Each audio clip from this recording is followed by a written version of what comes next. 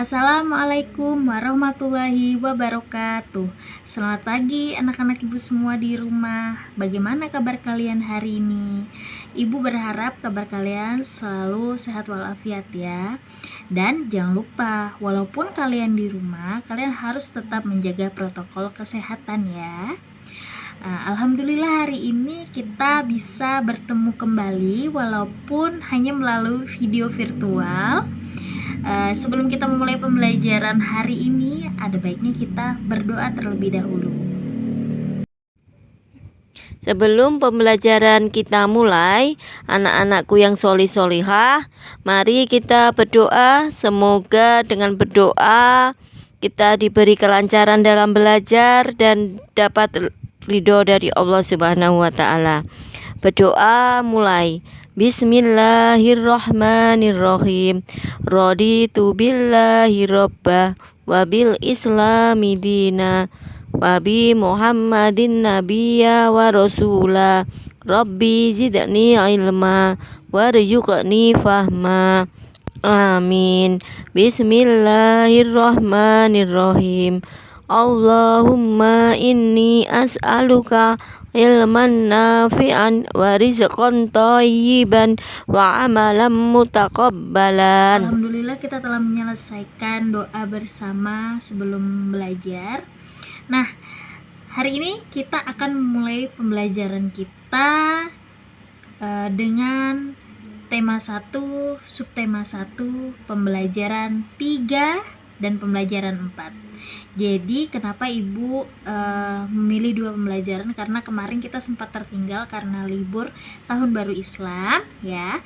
Nah jadi sekarang kalian bisa buka buku kalian pada halaman 42, yang dimana di situ ada pembelajaran 3, yaitu pembelajaran 3 ini memuat mata pelajaran IPA dan bahasa Indonesia. Nah, jadi sebelum ibu masuk dalam pembelajaran IPA, ibu sudah pernah menyuruh kalian untuk menggambar telinga.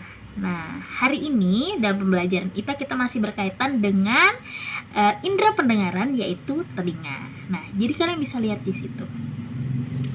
Guna mendengarkan suara dengan jelas, telingamu harus bersih dan sehat. Nah, jadi kalau kalian mau telinga kalian mendengar dengan baik dan benar, kalian harus rajin untuk membersihkannya gitu. Jika telingamu kotor, pendengaranmu akan terganggu. Ya, betul sekali gitu.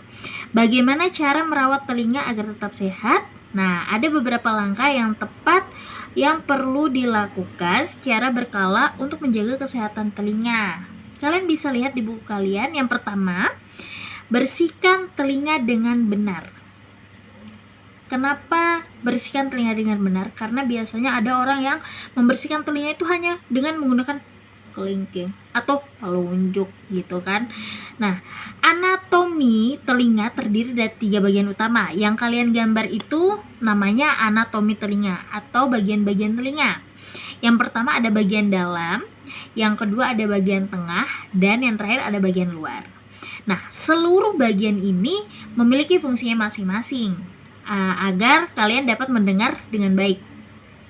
Saat membersihkan telinga, ada baiknya untuk membersihkan pada bagian luar atau daun telinga saja, karena telinga memiliki kemampuan untuk membersihkan dirinya sendiri. Nah, jadi yang harus kalian paling bersihkan di bagian telinga sini.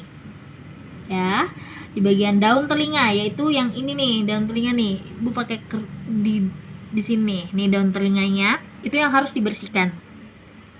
Nah, terus adanya bulu-bulu halus serta bentuknya yang bersudut mampu menjaga telinga dari masuknya kotoran berlebih. Jadi karena lubangnya sangat kecil, apalagi kita yang perempuan menggunakan hijab, nah itu kan menutup untuk kotoran-kotoran ini masuk ke telinga kita gitu.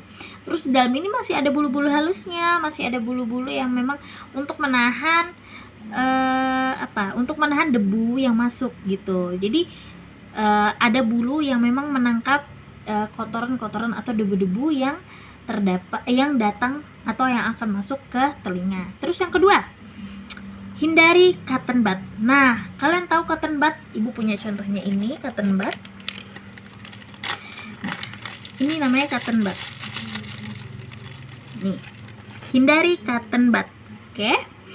Salah satu kebiasaan yang sering dilakukan adalah membersihkan telinga dengan menggunakan cotton bud.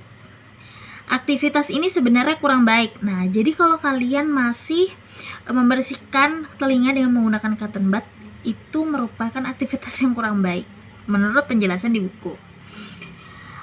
Karena membersihkan telinga dengan cotton bud bisa membuat kotoran telinga terdorong ke bagian dalam telinga. Nah, kenapa sekarang banyak pembersih telinga yang ada lampunya, ada yang dibakar, ya kan? Karena untuk menghindari kotoran ini tambah masuk ke dalam. Yang tadi dijelaskan bahwa hindari cotton bud. Karena kalau begini, ini kan nggak nyangkut nih di dalam sini, ini nggak nyangkut. Kotorannya nggak bakal nyangkut karena kan ini ringan, bahan yang ringan. Dan sedangkan kotoran telinga itu ada yang kering, ada yang basah, mungkin ada yang berceceran di dalam kan, pecah-pecah. Nah itu. Maka dari itu kamu hanya perlu membersihkan pada daun telinga saja. Jadi untuk ke dalamnya tidak disarankan menggunakan cotton bud. Tapi kalau untuk di luarnya bisa kalian menggunakan cotton bud saja gitu. Yang ketiga, hindarkan telinga dari suara keras. Nah, kemarin sudah Ibu jelaskan bahwa di bagian telinga paling dalam itu ada yang namanya gendang telinga. Nah, gendang telinga ini fungsinya untuk menangkap suara yang ada. Nah, kenapa ada orang yang pendengarannya terganggu? Itu karena dia terlalu sering menggunakan headset. Nah, jadi kalian di rumah nih yang masih sering menggunakan headset, ayo coba kurangi kita menggunakan headset. Karena apa? Karena ini mengganggu gendang telinga. Mengganggu gendang telinga kita yang tadinya untuk menangkap suara, tapi karena dia sudah terlalu sering dengar suara besar apa, jadi dia terganggu di dalam. Jadi kalau ada yang nanya, halo, dia nggak dengar, atau bahkan ha kayak gitu. Nah, itu harus diminimalisir atau kita harus hindari maksud Ibu. Itu harus kita hindari karena itu akan mengganggu indera pendengaran kita. Terus yang keempat, ada penggunaan earphone. Nah, Ibu tadi sudah bicara bahwa kita harus mengurangi penggunaan earphone atau headset yang biasa kita dengar, ya kan? Suara keras tidak hanya bersumber dari lingkungan sekitar, tapi juga pada penggunaan earphone. Aktivitas mendengarkan musik di alat pendengaran yang satu ini telah menjadi tren. Namun penggunaan earphone bisa saja menyebabkan gangguan pada telinga. Agar tetap aman, ada baiknya penggunaan earphone dilakukan tidak lebih dari 1 jam. Jadi kalau kalian mau pakai headset itu usahakan tidak lebih dari 1 jam gitu. Yang kelima, jaga telinga agar tetap kering. Nah, kelembapan berlebih pada telinga bisa menyebabkan bakteri masuk ke saluran telinga. Situasi ini secara tidak sadar dapat memicu infeksi dan iritasi pada telinga. Maka dari itu, selalu jaga telinga agar kondisinya tetap kering. Jika kamu hobi berenang, sebaiknya gunakan penyumbat telinga untuk mencegah air masuk ke dalam telinga.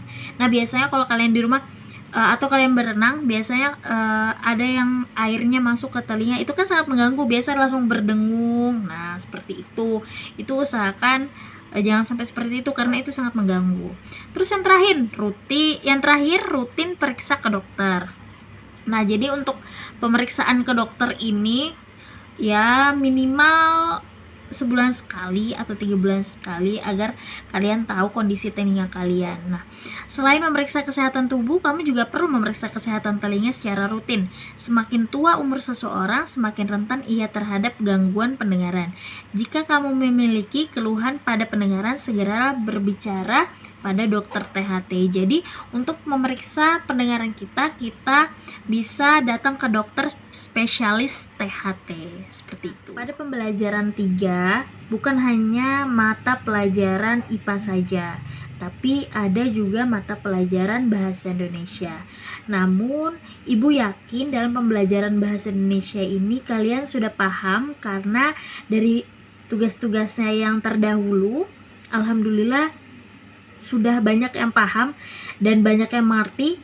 tentang gagasan pokok dan gagasan pendukung. Jadi pada pembelajaran 3 Ibu akan memberi tugas kalian pada halaman 45, penilaian pembelajaran 3. Kalian bisa kerjakan hanya untuk mata pelajaran IPA, yaitu nomor 1 sampai nomor 5. Itu hanya untuk pembelajaran IPA. Untuk pembelajaran bahasa Indonesianya akan Ibu gabungkan nanti dengan pembelajaran setelahnya ini, yaitu pembelajaran 4. Jadi kalian bisa mengerjakan pada penilaian pembelajaran 3 hanya nomor 1 dan sampai nomor 5. Alhamdulillah, hari ini Ibu telah menyelesaikan penjelasan pada pembelajaran 3. Nah, sebelum kita mengakhiri pembelajaran 3 hari ini, ada baiknya kita berdoa dan meminta kepada Allah Subhanahu wa taala agar virus ini cepat menghilang dari wilayah kita atau dari sekitar kita, agar kita bisa bersekolah kembali dan kita bisa beraktivitas dengan aman. Mari kita berdoa bersama-sama. Berdoa dimulai. Wal asri innal insana lafi khusrin illal ladzina amanu wa amilus solihati wa tawasau bil haqqi wa tawasau bis sabr. Rabbana atina fid dunya hasanah wa fil akhirati hasanah wa qina azabannar. Bismillahirrahmanirrahim. Allahumma arinal haqqa haqqa warzuqna tibaa wa arinal batila batila warzuqna tinaba. Amin.